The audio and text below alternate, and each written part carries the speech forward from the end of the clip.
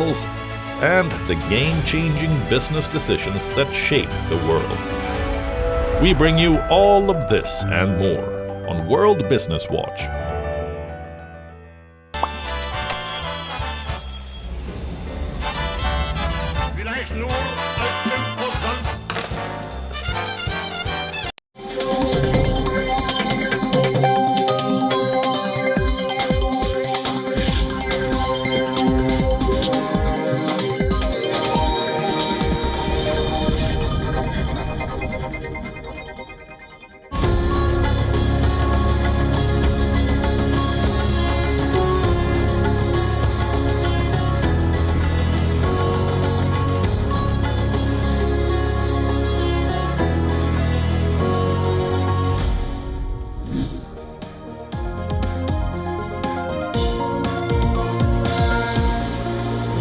Hello and welcome to this edition of Race to Power. I'm Ananya Datta and I'm here to give you your daily dose of elections and politics. Here's what we have lined up for you.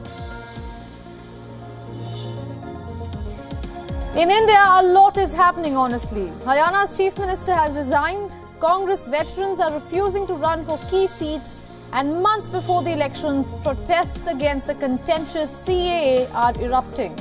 There's a lot to decode in India.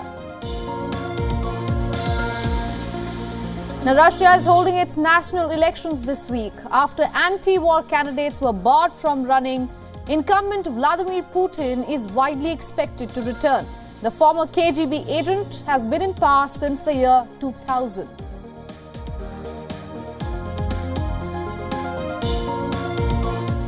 The Indian National Congress has released its much-awaited second list of candidates. 43 candidates across 4 states have been named for the upcoming Lok Sabha elections.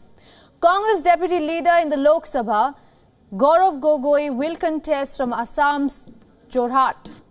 Nakul Nath, the son of former Madhya Pradesh Chief Minister Kamal Nath, has been fielded from Madhya Pradesh, Chhindwara.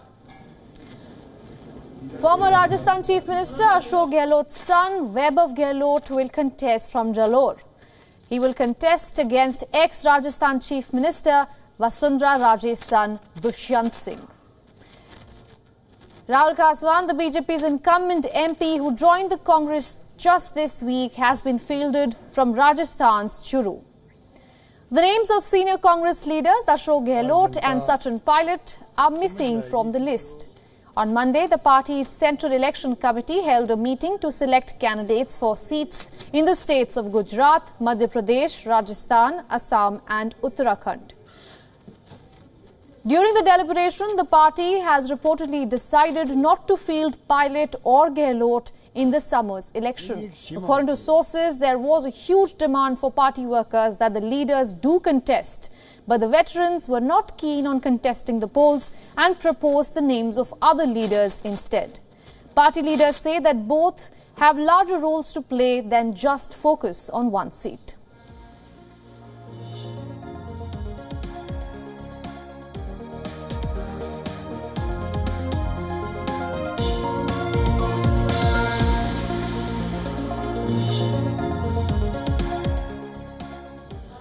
In the poll panel meeting, both Gehlot and Pilot were asked to come as special invitees, but Gehlot did not even show up. Reports said that a total of 63 seats were discussed in the Congress CEC meeting, and a decision was arrived at for roughly 43 seats.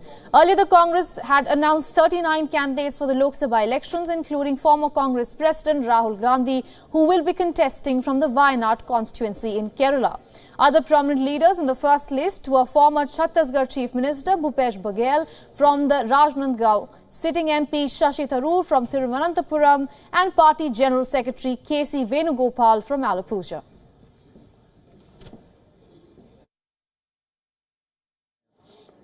Seeking justice. Let's now talk about the contentious Citizenship Amendment Act, also known as the CAA. Just ahead of general elections, the BJP-led government released the rules of the act. The contentious law was enacted in the year 2019, which prompted protests. After Home Minister's latest announcement, people are out on the streets again. The opposition has sharpened its attack against the ruling party. Union Minister Amit Shah has blamed the criticism on quote-unquote appeasement and vote bank politics. मगर तुष्टीकरण की vote bank की राजनीति के कारण Congress party इसका विरोध करती थी। लाखों करोड़ों लोग पाकिस्तान से और बांग्लादेश से अपना धर्म बचाने के लिए, अपना सम्मान बचाने के लिए इस देश में आए, उनको नागरिकता नहीं मिलती थी। अपने ही देश में वो नागरिकता के बगैर अपमानित होते थे। नरेंद्र मोदी जी ने हिंदू, बौद्ध, जैन, ये सारे सिख, ये सारे लोगों को नागरिकता देकर उनका सम्मान करने का काम नरेंद्र मोदी जी ने किया। The CAA had become Narendra Modi government's flagship law after winning the 2019 elections. However, its full implementation was marred by protests. The law provides an easier path for citizenship to all who entered India before 31st of December 2014 from Pakistan, Bangladesh and Afghanistan, and specifically who belong to the Hindu, Sikh, Buddhist, Jain, Parsi or Christian communities. Government has described the law as necessary on humanitarian grounds and claims that it does not affect any Indian citizen. But critics argue that it discriminates against Muslims. The opposition parties say that the law is unconstitutional. Kerala and West Bengal have already announced that they will not implement the CAA. এটা কি খ্রিস্টানদের তাড়ানোর খেলা, মুসলিমদের তাড়ানোর খেলা, নমশূদ্রদের তাড়ানোর খেলা, বাঙালিদের তাড়ানোর খেলা এবং মনে রাখবেন বাংলাকে আবার ভাগ করার খেলা। আমরা এটা করতে দিচ্ছি না এবং দেব না। বাংলায় আমরা থাকতে কোনো ডিটেনশন ক্যাম্প করতে দেব না, কোনো এনআরসি করতে দেব না, কারো অধিকার কাটতে দেব না, কাউকে বঞ্চনা করতে দেব না, কাউকে লাঞ্ছনা করতে দেব না। এর জন্য যদি আমার জীবনও যায় আমি জীবন দিতে তৈরি। বাংলার মানুষের অধিকার আমি কিছুতেই কাটতে দেব না। Protests have erupted across India after the government's notification. Security in several areas of national capital Delhi has been tightened. Paramilitary personnel also conducted flag marches and night patrols in several sensitive regions. The police identified 43 protest hotspots in northeastern Delhi. Protests were reported in the eastern state of Assam as well and the southern state of Tamil Nadu. In Assam, local opposition parties called a statewide strike for today. The state police issued legal notices to 16 opposition political leaders directing them to withdraw their strike. Shop and business establishments also remained closed in a few districts.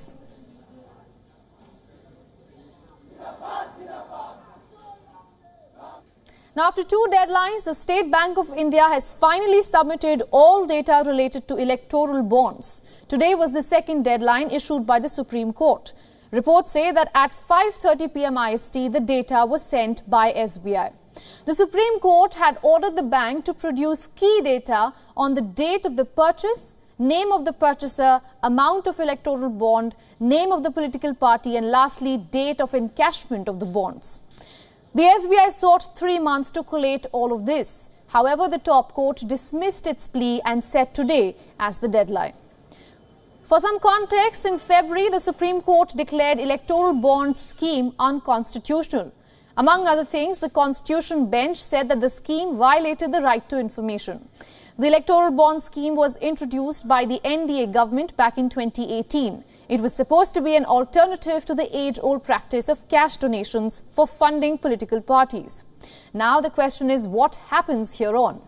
Well, the Supreme Court has ordered the Election Commission to publish all the details provided by the SBI on their website. The deadline to do that is March 15th, that is this Friday.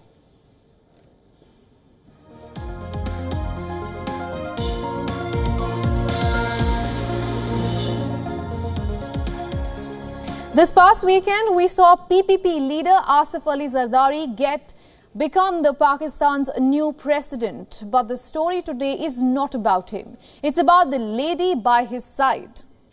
Aseefa Bhutto Zardari, the daughter who is touted to become Pakistan's first lady. Today we talk about her meteoric rise in this race to power. For a few days now, Pakistan's political circle has been abuzz. Many, including the Bhutto Zardari family, are referring to Aseefa Bhutto as the First Lady.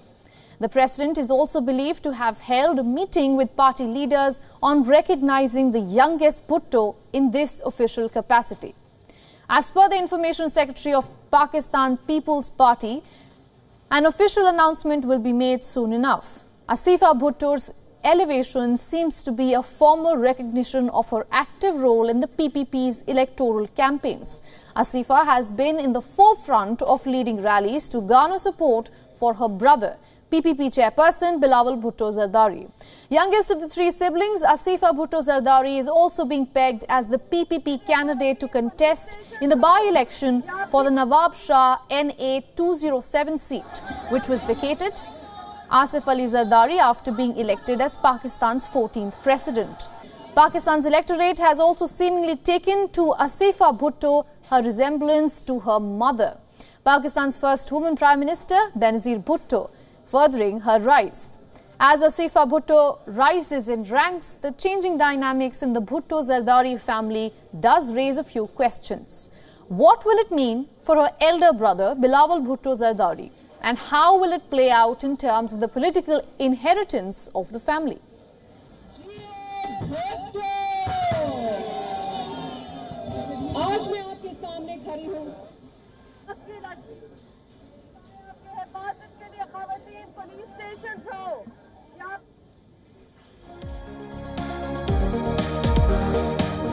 On to another race to power. US President Joe Biden and former President Donald Trump are poised to win enough delegates to clinch their respective parties' nominations.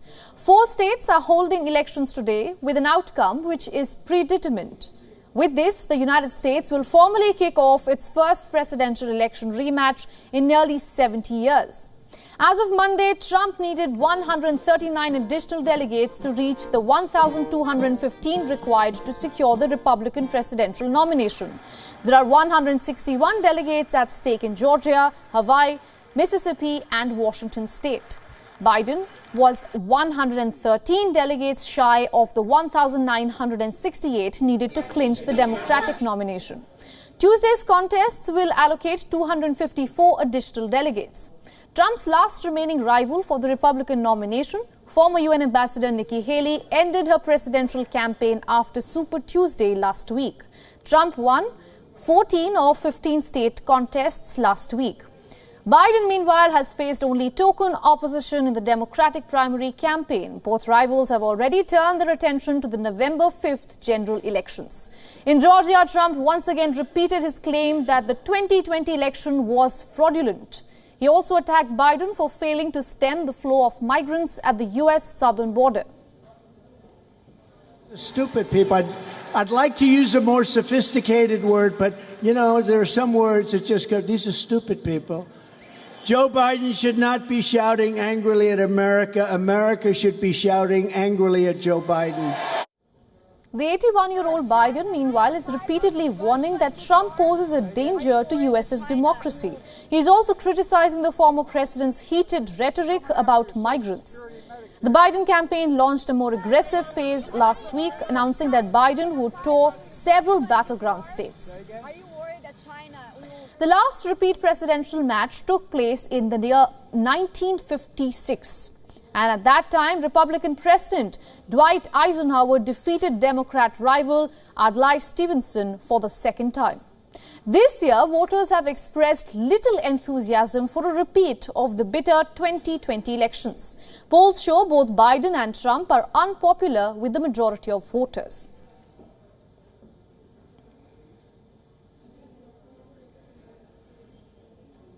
Now, our next destination in this race to power is Russia. Coming weekend, when Russians head to the ballot boxes for the country's presidential election, they will do so knowing that one man is all but certain to win.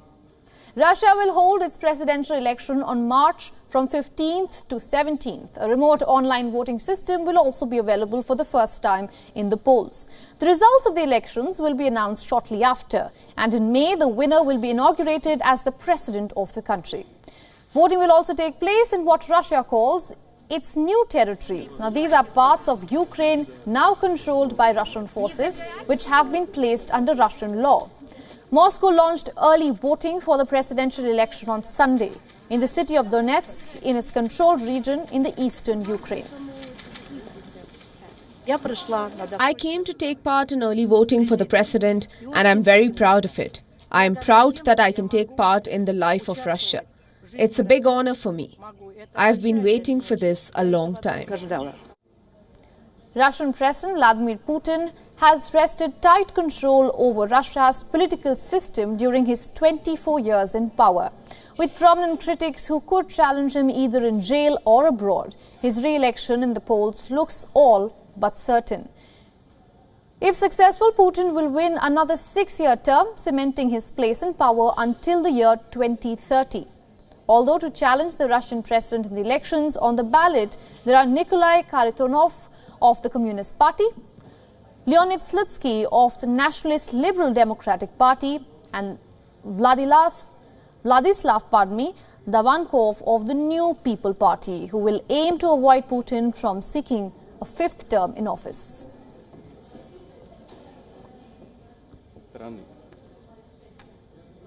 Let's now look at other poll-related developments from around the globe. Amid the violence and chaos in Haiti, the embattled Prime Minister Ariel Henry has resigned. However, he said that he will step down only when a transitional presidential council is created. This comes after regional leaders met in Jamaica to discuss a political transition in Haiti. The country is witnessing a massive rise in gang violence. One of the major demands of the gang leaders has been the resignation of Henry and a fresh round of elections. Thailand's Election Commission is disbanding the Move Forward Party. It has asked the Constitutional Court to dissolve the party. This comes after the Reformist Party promised to change strict laws against insulting the country's royals. This had enraged Thailand's conservatives. Once dissolved, the party leaders will be banned from politics for the next 10 years.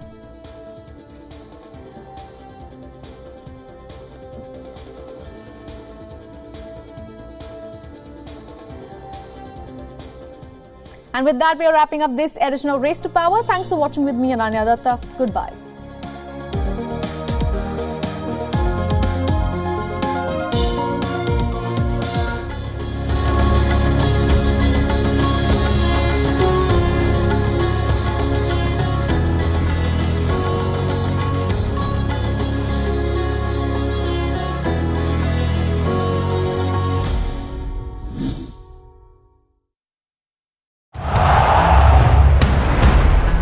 Everyone loves a contest.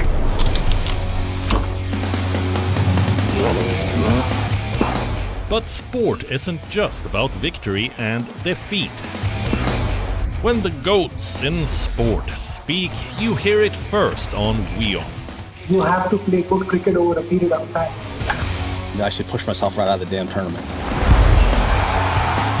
We go beyond the stats. Our stories are quoted the world over.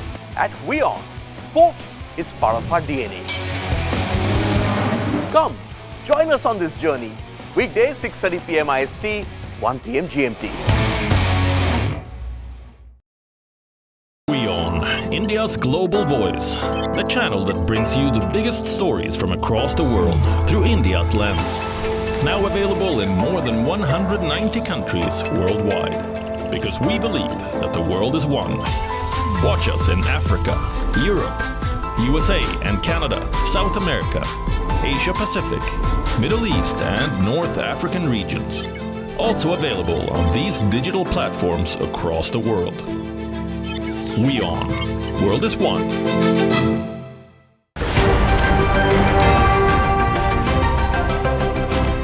Ready to dive into your daily dose of news?